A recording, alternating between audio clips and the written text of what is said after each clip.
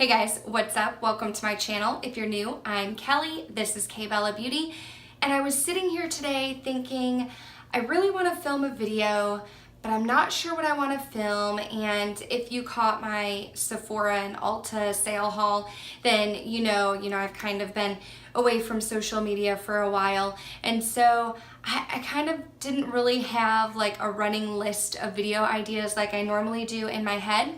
So I'm sitting there thinking, like, what do I want to film?